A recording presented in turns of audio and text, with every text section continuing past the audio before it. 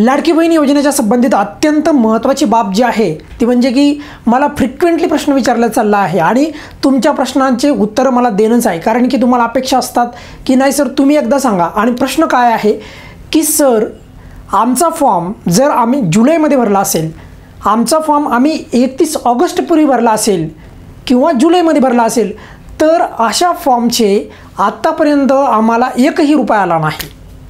बरेचसे असे लोक आहेत बरं का, बरेचशा अशा माता भगिनी आहेत की त्यांना एकही रुपया आला नाही. जुलैमध्ये फॉर्म भरलेला आहे, ऑगस्टमध्ये फॉर्म भरलेला आहे. आणि आणखी एक महत्त्वाचा मुद्दा सांगतो, त्यामुळे व्हिडिओ शेवटपर्यंत पहा.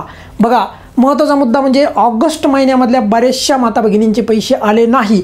कॉमन जो आहे प्रॉब्लेम आहे की बऱ्याचशा लोकांना जर फॉर्म बी भरला आहे, मंजूर बी झाला आहे, DBT बी झाले आहे, पण पैसे आले नाही सर. तर असे लोक शक्यतो ऑगस्ट महिन्यामधले जास्त आहेत. दुसरा मुद्दा की मग त्या 31 ऑगस्टपूर्वी किंवा जुलैमध्ये ज्यांचे फॉर्म भरलेले आहेत त्यांना पैसे मिळणार की नाही, लक्षात ठेवा. 100% तुम्हाला कोणीच सांगू शकत नाही. पण मी माझे जे अंदाज सांगत आलेलो आहे तर ते अंदाज बऱ्यापैकी हे खरे ठरत आलेले आहेत. तर माझं असं मत आहे, मी 100% तर तुम्हाला सांगितलं, कोणीही देव बी आला तरी सांगू शकत नाही तुम्हाला. त्यामुळे मीही ते उगाच तुम्हाला वडून चढून काय सांगणार नाही, पण जे आहे ते सांगतो. माझा अंदाज असा आहे की तुम्हाला जे आहे नोव्हेंबरच्या महिन्याच्या शेवटी, लक्षात ठेवा खुशखबरच समजायची आहे तुमच्यासाठी, नोव्हेंबर महिन्याच्या शेवटी त्यावेळेस संपूर्ण इलेक्शन वगैरे होईल, क्लिअर सर्व क्लिअर होईल. तर त्यावेळेस तुम्हाला जर तुमचा 31 ऑगस्टच्या पूर्वीचा फॉर्म असेल, मग ते जुलैचा असो किंवा ऑगस्ट महिन्यामधला असो, त्यावेळेस जर तुमचा फॉर्म असेल तर तुम्हाला 9,000 रुपये मिळण्याची शक्यता आहे. हे लक्षात ठेवा. काय आहे? शक्यता आहे. कधीची? जर तुमचा फॉर्म हा 31 ऑगस्ट पूर्वीचा असेल तर. कसे ते पण सांगतो बघा. म्हणजे असं नाही की पूर्ण हवेत तुम्हाला सांगायलो आहे. माझा असा अंदाज आहे की 5 टप्प्याचे मिळून किती झाले आहेत? 7,500 रुपये. आणि वरी आपण जर त्यावर जर डिसेंबर महिन्याचे पैसे जोडले तर किती होतील? मग बघा, जवळपास 9,000 रुपये. बरोबर, 9,000 रुपये. मग हे 9,000 रुपये मी कसे पकडले आहेत? तर डिसेंबर महिन्याचे पण. आता तुम्ही म्हणाल सर नोव्हेंबरमध्ये नोव्हेंबरच्या शेवटी डिसेंबरचे कसे मिळणार? कारण अशा प्रकारचं स्वतः खुद्द राज्याचे मुख्यमंत्री यांनीच विधान केलेलं आहे की नोव्हेंबर महिन्याचे पैसे आम्ही डिसेंबर महिन्याचे पैसे आम्ही नोव्हेंबरच्या शेवटच्या आठवड्यामध्ये देऊ. क्लिअर. आता राहिला मुद्दा की सर तुम्हाला किती म्हणजे अशी प्रोबॅबिलिटी वाटते की खरंच हे 9,000 रुपये येऊ शकतात का? तर लक्षात ठेवा, ज्यांचे ऑगस्टच्या पूर्वी कसं झालं आहे की आपण पाहिलं की सप्टेंबरला असा नवीन रूल आला आणि त्याच्यामध्ये ज्यांचे ऑगस्ट 31 पूर्वी ज्यांचे फॉर्म होते त्यांनाच ते 3,000 रुपये मिळाले. ते तुम्हाला सर्वांना माहीत असेल. क्लिअर. कारण मी ते तुम्हाला अभ्यासपूर्वक माहिती सांगतो बरं का, लक्षात ठेवा. तर त्यांनाच ते 3,000 रुपये मिळाले.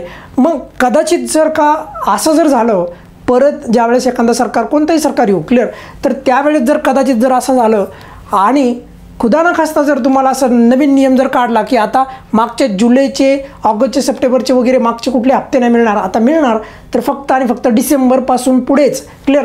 तर असं घडण्याचे चान्सेस माझ्या मते एक 10%च आहेत. बघा, 90% चान्सेस आहेत की तुम्हाला तुमचे जे काही मागचे जुलैचे, ऑगस्टचे म्हणजे 31 ऑगस्ट पूर्वीचा जर फॉर्म असेल तर, बरं का, सप्टेंबरचा फॉर्मबद्दल मी बोलत नाही. सप्टेंबरचा असेल तर त्या सप्टेंबर, ऑक्टोबर, नोव्हेंबरचे असे मिळतील. क्लिअर. तर हे लक्षात ठेवणं गरजेचं होतं की हा जो प्रश्न आहे तुम्ही मला फ्रिक्वेंटली विचारलेत की सर आम्हाला मागचे पैसे मिळतील का, मागचे पैसे मिळतील का, तर मिळण्याचे चान्सेस अधिक आहेत. हे मी एकदम क्लिअर कट सांगत आहे. आता याच्यामध्ये पण तुम्हाला जसं की मी खूप क्लिअर करत आलेलो आहे आतापर्यंत की कुणाला मिळणार आहे, परत जाता सांगतो. जुलै आणि ऑगस्टमध्ये म्हणजेच 31 ऑगस्ट पूर्वीचे ज्यांचे फॉर्म आहेत त्यांना 9,000 रुपये मिळण्याची जास्तीत जास्त शक्यता आहे. त्यानंतर बघा, अजूनपर्यंत आम्हाला एकही रुपया मिळाला नसेल तरच अशाच लोकांना जे आहे या प्रकारचे जे 9,000 रुपये आहेत हे मिळण्याचे चान्सेस आहेत. पण हे सर्व भाकीत हे आपल्याला डिसेंबर म्हणजेच नोव्हेंबरच्या एंडिंगलाच कळणार. तोपर्यंत आपण यावर फक्त अपेक्षा ठेवू शकतो. पण तुमच्या प्रश्नाचं उत्तर मी देण्यासाठी हा खास करून व्हिडिओ बनवलेला आहे की तुम्हाला जर आतापर्यंत एकही रुपया मिळाला नसेल तरीही घाबरून जाऊ नका. कारण की पैसे मिळण्याची शक्यता खूप आहे. आणि राहिला मुद्दा, आता इथून पुढे बऱ्याचशा पक्षांचे जाहीरनामे पण येतील आणि त्या जाहीरनाम्यामध्ये पण तुम्हाला लाडकी बहीण या योजनेच्या बाबतीत आश्वासन देणारे पण तुम्हाला असे काही गोष्टी दिसतील की आम्ही लाडकी बहीण ही योजना चालूच ठेवणार आहोत, कारण की ही योजना बंद करणं एवढं सोपं नाही. त्यामुळे बिनधास्त राहा. आता जास्त काही दिवस राहिलेले नाहीत. अपेक्षा करूयात आपण की लवकरच तुम्हाला तुमच्या खात्यामध्ये जे आहे परत, तुम्हाला आतापर्यंत एकही रुपया नाही मिळाला असेल तर त्यांना परत जे आहे पैसे मिळावेत अशी मी अपेक्षा करतो. कारण की काय असतं की ज्यांना ज्यांना पैसे मिळाले त्यांना काय वाटत नाही, पण ज्यांना नाही मिळाले त्यांची तळमळ खूप असते बरं का. त्यांना घरातलं कोणीतरी विचारित असतं की तुझा फॉर्म चुकला असेल, शेजारी पाजारी कोणीतरी सांगित असतं वगैरे वगैरे, बरोबर. तर अशा गोष्टीमुळे अशा वेगवेगळ्या ज्या काही समस्या असतात त्यांच्या पुढे असतात आणि ते खरे लाभार्थी असून पण त्यांना पैसे मिळत नसतात. त्यावेळेस त्यांच्या हाल अपेष्टा, त्यांचे दुःख फक्त तेच जाणू शकतात, बाकीचे लोक नाही. त्यामुळे मी सांगतो आहे की आपण अपेक्षा करू शकतो की डिसेंबरच्या एंडिंगपर्यंत तुम्हाला पैसे मिळू शकतात.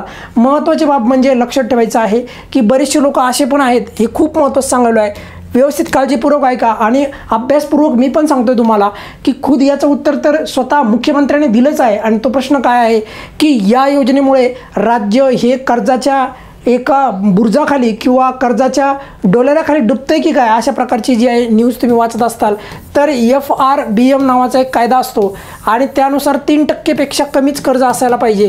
तर ती मर्यादा म्हणजे 3%च्या वर आपलं कर्ज आपण केलेलं नाही. त्यानंतर दुसरा प्रकार म्हणजे GDP जे एक प्रकार असतो. आता मी GDP काय वगैरे वगैरे डिटेलमध्ये तुम्हाला सांगणार नाही. तर त्याच्या 25% जे आहे GDP, राज्याच्या GDPच्या 25%पेक्षा अधिक कर्ज उचलायला नाही पाहिजे. आणि महाराष्ट्राचा जर आपण विचार केला तर 17% आता सध्या कर्ज जे आहे त्याच्यानुसार घेतलेलं आहे. त्यामुळे थोडक्यात सांगण्याचं तात्पर्य असं आहे की या दोन्ही गोष्टी ज्या आहेत स्वतः मुख्यमंत्र्यांनी अशा प्रकारची माहिती दिलेली आहे एका वृत्तवाहिनीला मुलाखत देताना. त्यामुळे आपण जे आहे याच्यातनं क्लिअर कट आपल्याला कळत आहे की कुठल्याही प्रकारचं याच्यावर कर्ज वगैरे काय होत नाही. आणि बरेचसे जे काही तज्ज्ञ लोक आहेत तर त्यांचंही म्हणणं आहे की या योजनेमुळे अर्थव्यवस्थेला पण चालना मिळत आहे.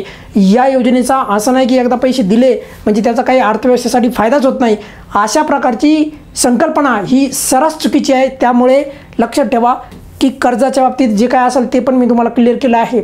राहिला मुद्दा की पटकन जे आहे लक्षात ठेवा ही योजना परत तुम्हाला वितरण या योजनेचं सुरू व्हावं आणि लवकर अशा प्रकारची गुड न्यूज तुमच्या पर्यंत यावी आणि तुम्हाला पटकन जे आहे या प्रकारे पैसे मिळाल्याचा डिसेंबरमध्ये. सध्या तर मिळू शकत नाही ऑब्वियसली, कारण सध्या राज्य आचारसंहिता चालू आहे राज्यामध्ये, क्लिअर. तर त्यावेळेस तुम्हाला अशा प्रकारचा मेसेज यावा अशी मी अपेक्षा करतो. या व्हिडिओमध्ये मी इथेच थांबेल. जर या व्यतिरिक्त काही जर का तुम्हाला प्रश्न असेल तर तुम्ही बिनधास्त विचारा. धन्यवाद.